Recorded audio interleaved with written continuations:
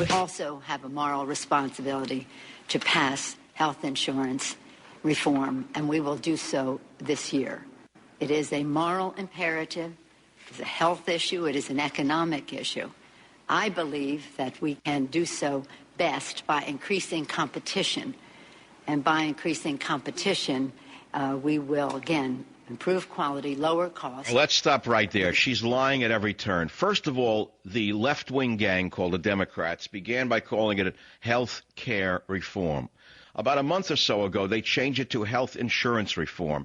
That means the gang is trying to steal the insurance industry for their cronies.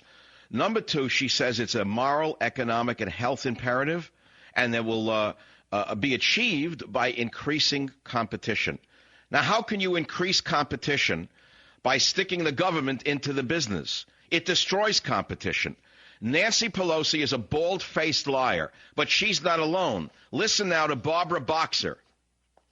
Well, I really think we're going to see a total federal, having the federal government pick up most of the costs for at least 10 years. That's most of the talk that I've heard. And as we know, we don't have the bill from the Finance Committee.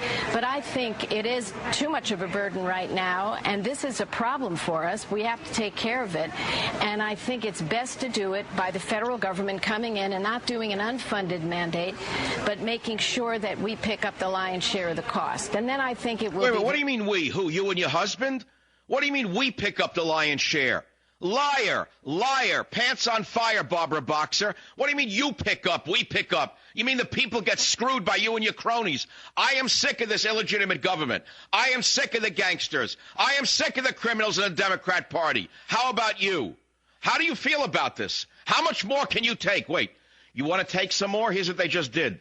The House has new rules. You cannot use the word liar. You cannot use the word intellectually dishonest. You cannot use the word hypocrite in any discussion of the individuals in the Congress. What country are you living in that you can't call a liar, a hypocrite, and an intellectually dishonest person intellectually dishonest? Are you still living in the United States of America? I don't think so. The liberal Democrats are not liberal, and they're not Democrats. They're anything but liberal, and they're anything but Democrats. This has become a party of gangsters and cronies, and that is why Congress's ratings are at an all-time low. That is why Michael Savage is being attacked.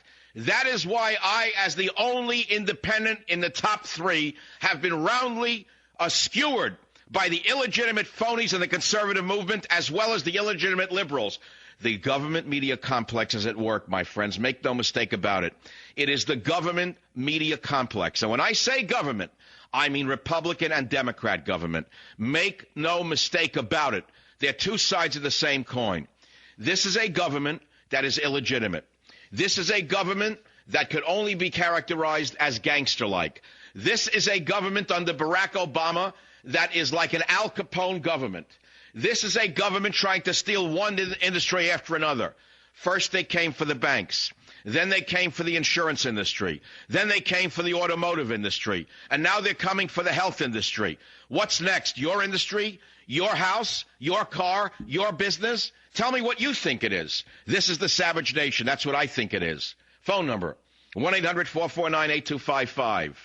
Clinton concerned about new weapons to Venezuela. She's so concerned that she's attacked a democracy called Honduras, trying to force that little nation to put a dictator back in power who was thrown out by term limits. I don't believe a word that this government says. Do you? Tom in New York, WOR, go ahead, please. Michael Savage, it's always a pleasure. You're the grand master of conservatism. Michael, I think the government, they're going broke, and I think they're just trying to have another revenue stream. I mean, why doesn't the left ever address the point that if they drive out competition, there will be no competition, and then it'll be another, every year it'll go up. Because, Tom, the left doesn't want competition. The left wants a state-run economy.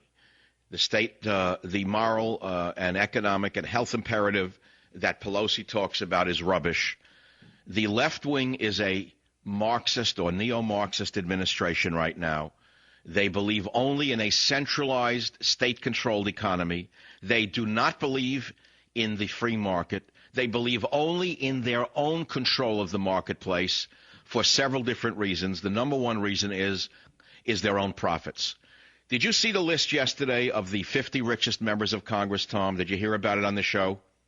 No, I didn't, Michael, but I can imagine. 95% of them are Democrats. How could it be that 95% of the richest members of Congress are the biggest crybabies about their moral and economic and health imperative for the poor? Because they're in it for the money. Don't you understand, Tom? That's how it works. You got to get jobs at the winery, Michael. What winery? Who's got the winery, Pelosi or Feinstein?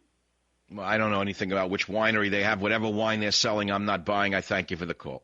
Daniel, New York City, WOR. Go ahead. You hear it loud and clear on the Savage Nation. Michael, it's a dictatorship. It is sickening. You speak the truth every time you speak. I listen to you every night. I drive a taxi 14 hours a day.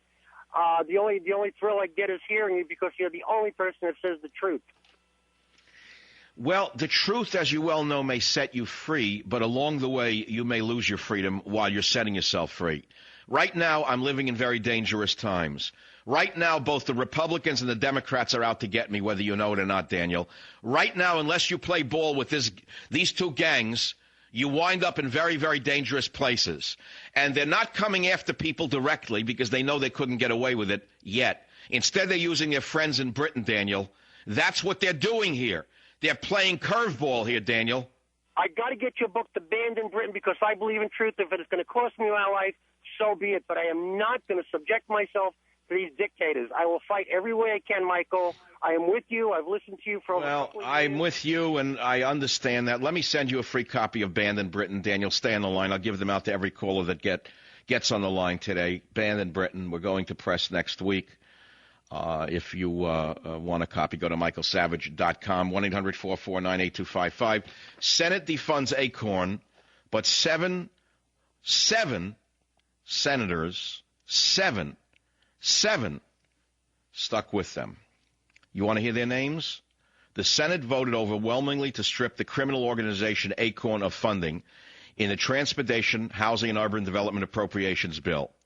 This is after Acorn workers were caught on tape in 3 cities allegedly abetting what they believed was a fraudulent mortgage and sex trafficking scheme. 7 senators were willing to stand by Acorn. Listen to the dishonor roll. You want to hear their names? Roland Burris, illegitimate Democrat from Illinois. Dick the Turban Durbin, illegitimate senator from Illinois. Bernie Sanders, communist from Vermont. Patrick Leaky Leahy, Democrat from Vermont. Bob Casey, Democrat, Pennsylvania. Kirsten Gillibrand, Democrat, New York. And Sheldon Whitehouse, Democrat, Rhode Island. That is the list of ill repute. Not voting was Senator Bob Mikulski and Senator Bob Byrd, Democrat, West Virginia. Ladies and gentlemen, this country is in very, very bad shape right now. Never before have we had as corrupt a federal government as we have now. We have had corrupt local governments. We still do. We have had and still have corrupt state governments. But never before in modern American history have we had an illegitimate federal government on this level. It is not only Chicago level, it is not only being run by a machine that is increasingly similar to the machine run by Al Capone, or if you want something more contemporary, Tony Soprano, but they are getting closer and closer to a Chavez-like dictatorship where they are changing the language itself. And I will tell you this as I sit here. I predict that within 1 to 2 years, talk radio shows like this will be made illegal in the United States of America, and then you will have nothing.